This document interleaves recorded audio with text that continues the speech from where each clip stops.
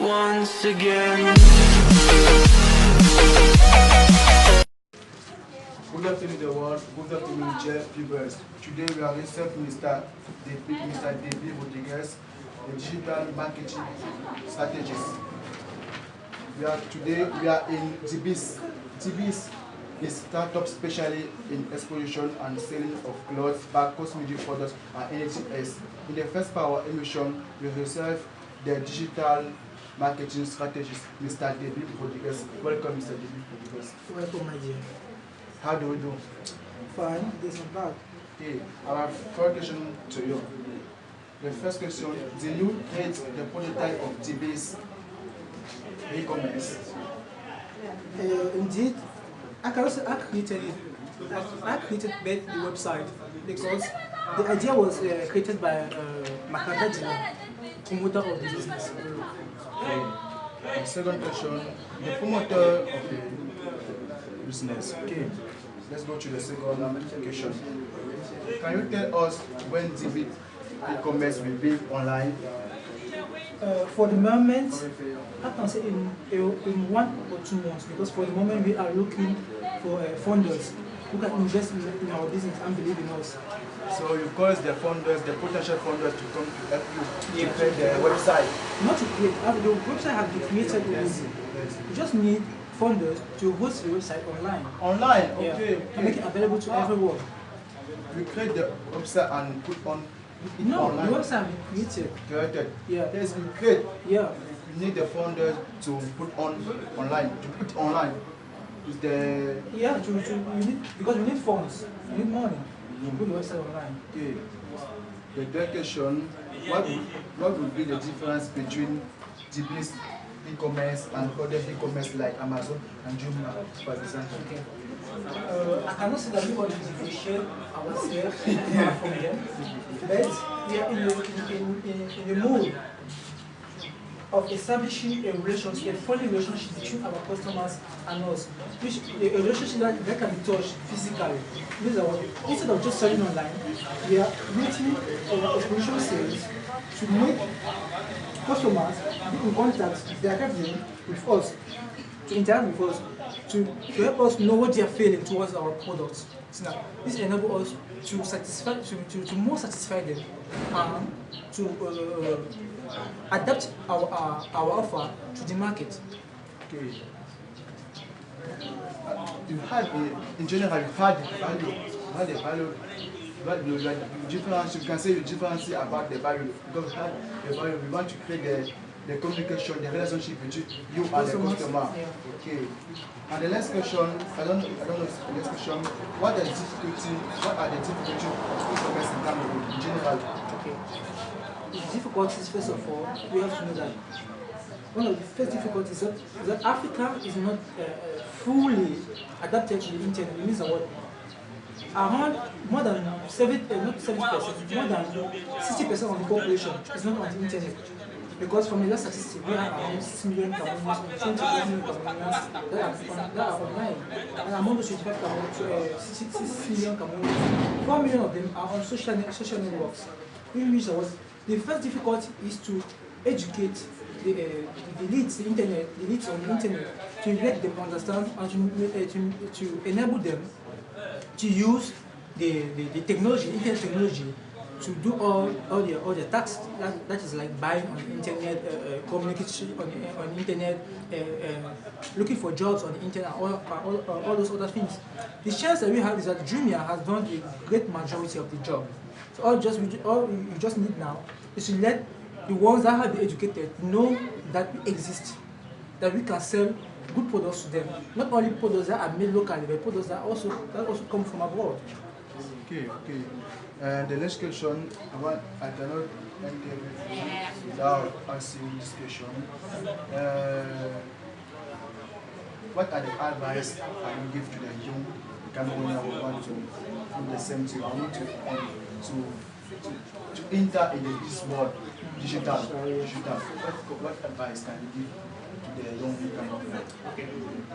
First of all, digital business is not different from any other business.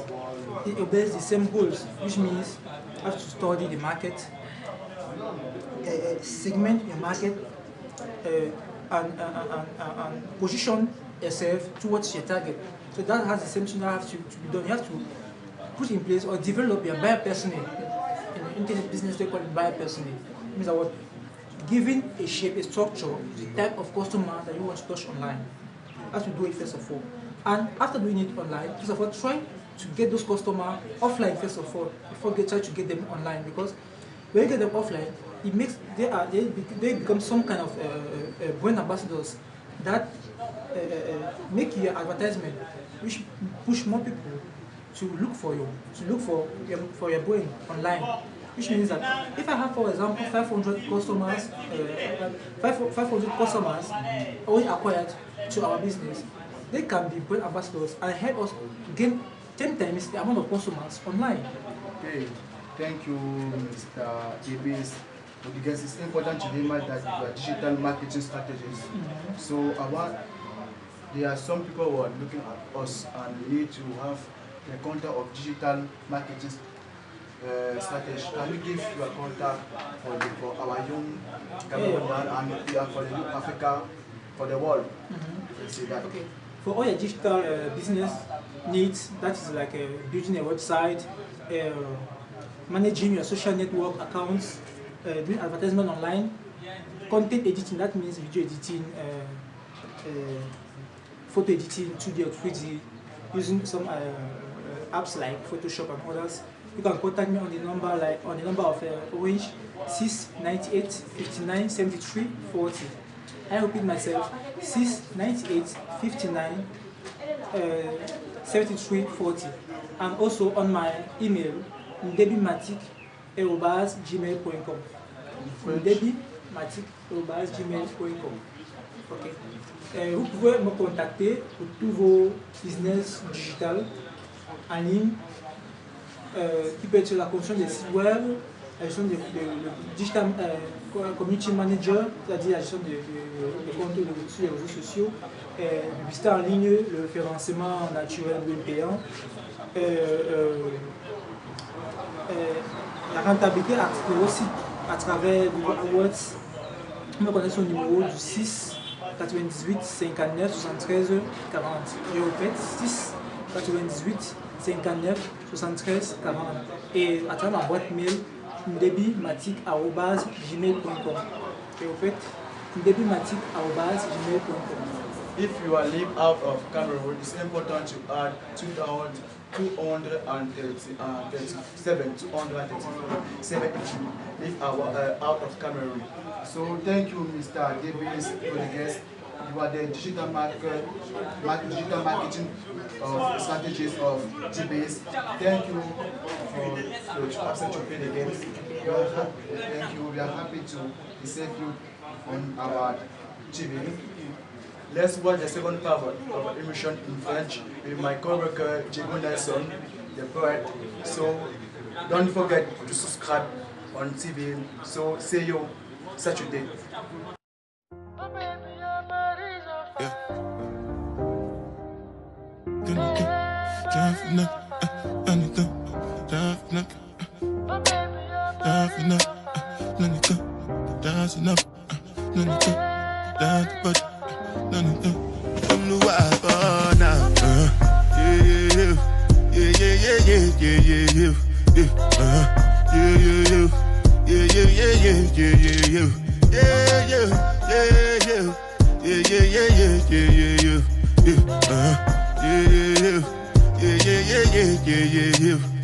This one I better do with the jabata. Me, I no get time, I did that. Bonsoir madame, mesdemoiselles, messieurs. Bienvenue à la cité des Palmiers, Carrefour Mosquée, où est située la maison d'exposition d'Ibis. Nous avons face à nous deux étudiants fréquentant à UGET dans la filière communication des organisations niveau 1, c'est-à-dire première année, par ailleurs faisant partie du staff d'organisation et de la réalisation de la maison d'Ibis, faisant n'est-ce pas dans des produits de diverses qualités, c'est-à-dire cosmétiques, habillement, chaussures et bien d'autres. Ils sont bien évidemment situés ici au Carrefour Mosquée de la Cité de Palmé. Et la maison se réalise le 10 mars 2019. Notons que vous êtes le responsable marketing et communication de DBIS. Bonsoir, monsieur Assé Bayo. Bonsoir. Bonsoir, madame Max. Nous avons face à nous, un ensemble, un complexe statique de 5 questions dont nous devons répondre avec sérénité. Le temps nous sera compromis. Alors je commencerai par la première. Comment est-ce que vous êtes arrivé à la création de la maison ou à la fondation du DBIS? On est arrivé à la création de la start-up DBIS parce qu'on a essayé de faire une étude de marché. Et cette étude de marché nous a montré qu'en fait, les jeunes beaucoup plus se livrent aux achats en ligne. Ils achètent beaucoup plus maintenant des articles en ligne. Et compte tenu qu'ils achètent des articles en ligne, ils ne voient que des photos de ces articles en ligne. Ils n'ont pas la capacité de palper le dit article. Ce qui se fait maintenant qu'on veut essayer de faire dans un autre domaine. On veut faire dans la vente traditionnelle qui est le fait d'entrer, de trouver quelqu'un qui vous explique comment l'article, où a été fait l'article, comment, dans quelle matière a été fait l'article. Et vous avez la capacité de savoir si l'article est de bonne ou de mauvaise qualité. Maintenant, et on veut aussi continuer dans la vente en ligne, qui est le fait, tu vois l'article, ça te plaît, tu achètes. C'est aussi ça. Donc, on est arrivé comme ça à cette fondation. D'accord. Donc si je comprends bien, vous avez voulu innover, rendre la marchandise de manière palpable. Oui. Mais dites-moi un peu, si vous mettez une marchandise en ligne, ne pensez-vous pas que le client se sentirait peut-être, il dira de vous que vous êtes des faussaires? Pensez pas ça? Je crois que le client ne peut pas dire qu'on est des faussaires dans le sens où on donne l'opportunité au client de venir voir la marchandise, de venir voir l'article lui-même. S'il a la possibilité de venir voir l'article, il vient voir l'article lui-même. Donc je crois que... Entre autres, est-ce que vous avez un groupe Facebook, WhatsApp, Instagram nous avons pour pouvoir énumérer et permettre à nos téléspectateurs... Nous avons des pages que nous gérons. Oui. Elle gère, je vais laisser qu'elle vous présente des Oui, pages. qu'elle nous présente des pages. Oui, mademoiselle Marthe Césaire. Nous gérons les comptes Instagram, Oui. Facebook, Oui. pour l'instant. Oui, pour l'instant. Et quels sont les noms, puisque nos téléspectateurs... Pour Instagram, c'est G-Business. G-Business. Pour Facebook, c'est aussi G-Business. Oui. Instagram, c'est G-Business. Oui. Facebook, c'est G-Business. G-Business. Et vous avez un groupe WhatsApp à travers lequel pourrait donc suivre nos téléspectateurs? Pour l'instant, nous n'avons pas encore un groupe WhatsApp dans lequel nous allons faire intégrer nos différents acheteurs. Nous n'avons pas encore ça. Mais quand le site, parce qu'on a un projet de mettre le site sur pied très bientôt, quand le site sera mis sur pied, les potentiels acheteurs auront la possibilité d'intégrer des liens divers parce qu'ils auront circulé, ils auraient circulé dans les pages et ils pourront être dans nos groupes WhatsApp. Ok, avant de passer à la deuxième question, nous allons vous poser une mini-question en quelques points, vous nous direz qui est donc le porteur du projet. C'est pas parce qu'on dit souvent que derrière une réalisation se cache une idée. Qui est donc porteur du projet? Vous pouvez nous donner son nom? Le porteur du projet, c'est M. Dylan Makanda. Dylan Makanda. Il est aussi jeune, dynamique comme vous? Oui. Oui. Ok, nous allons passer à la deuxième question. Dites-nous, comment vous traitez vos clients?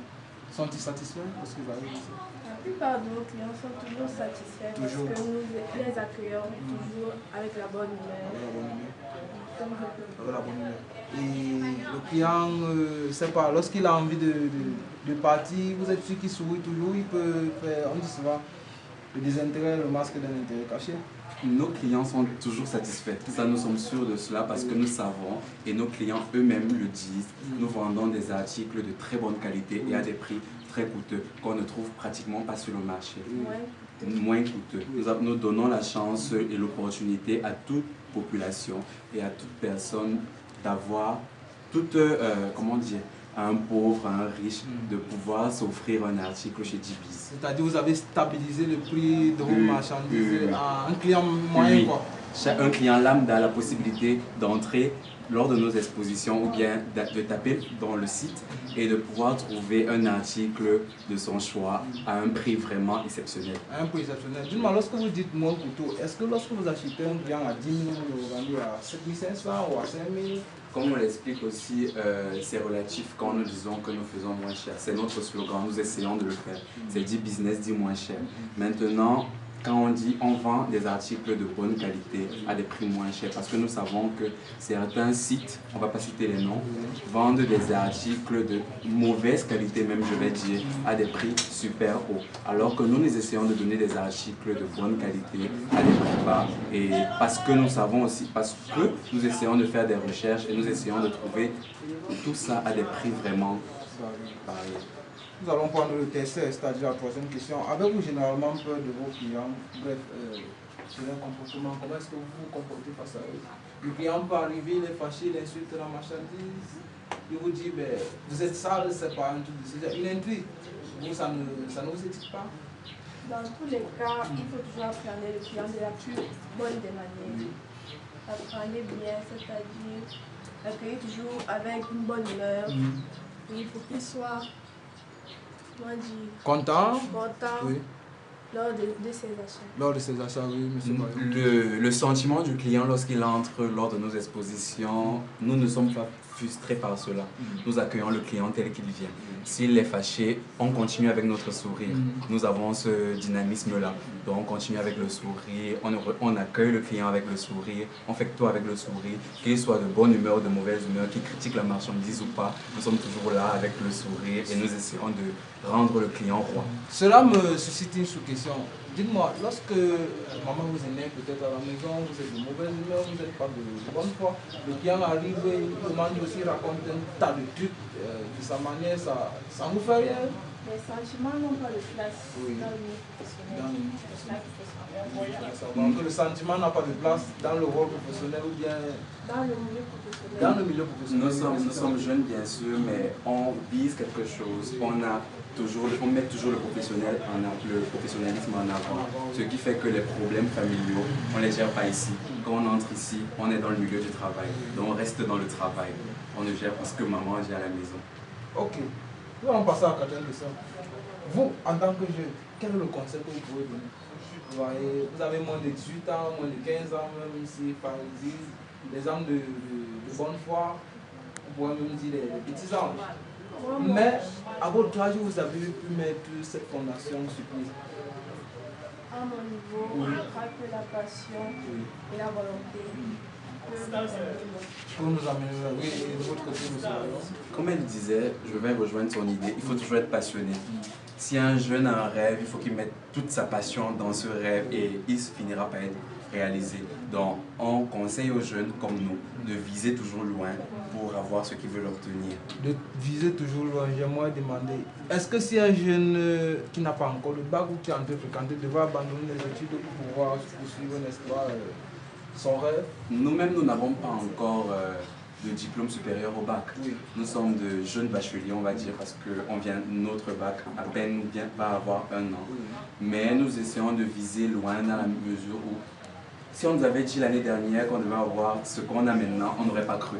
Et on l'a eu en quelques mois. Ce qui veut dire que si on continue à viser loin, on peut obtenir grand. Et comme on est dans la création de notre site et que notre site sera bientôt disponible sur les plateformes, voilà, nous pouvons dire que nous continuons à viser loin et on vise l'échelle mondiale. Et nous sommes sûrs et nous avons la foi que nous y arriverons. Merci de ce beau roman. Est-ce que DIBIS prend l'intégrité nationale? Si oui, comment? DIBIS prône l'intégrité nationale dans la mesure où on accueille tout le monde de la bonne manière, que tu sois anglophone, que tu sois francophone, que tu sois nordiste, que tu sois du littoral. On accueille tout le monde avec le sourire sans prôner le tribalisme. Nous ne sommes pas là et comme on dit, le Cameroun est un et indivisible. Donc nous restons soudés et on continue à rester pareil. Comme les articles que nous avons là. Là, c'est un tissu du nord-ouest, sud-ouest. Oui, ils sont les anglophones. On continue toujours à prôner ça. Là, nous avons un tissu du littoral. Oui. Nous pensons à notre frère Sawa. Notons que c'est purement africain. Oui, c'est purement africain. Oui. Maintenant, là, nous avons d'une dope sur un pull moderne. Oui. Là, c'est les Pour grasses- casser le grasses modèle fibres, oui, complètement voilà. européen. Quoi. Ok. On a mis du Ça veut dire que votre idée Ça, porte c'est aussi des sur, oui, non seulement une sorte de mixage, et également vous êtes, je sais pas, vous mettez à mi-cheval entre l'européaniser et l'africanisé, c'est-à-dire vous mettez totalement un pont qui existe entre celui-là qui veut copier le modèle français et celui-là qui veut être typiquement dans l'africain. Oui, nous restons quand même africains, même si on essaie de copier chez le blanc, nous restons quand même africains. Donc ce qui fait qu'on allie le modernisme avec l'africanisme. Et on reste de chez nous, même si on va chez le blanc. C'est forcément vérifié, c'est forcément vérifié, oui. Et là, nous avons aussi un bout on essaie de prendre chez nos frères les nordistes. Voilà. Donc ça aussi c'est un bout chez les nordistes. Donc pour dire qu'on n'est pas fermé sur une culture, nous acceptons toutes les cultures, nous acceptons tout le monde et nous sommes tous frères. Ils l'ont bien dit, ils sont tous frères. Nous voici à la cité de Pamé, Carrefour Mosquée, non loin, n'est-ce pas, de la chefferie, à l'entrée principale, visant vers la gauche, venant de l'hôpital de la cité de Pamé. Madame et Demoiselles, c'est ici que prend fin de notre émission. Suivez-nous sur YouTube, YouTube, bien évidemment, et revenez pour une prochaine émission. Merci.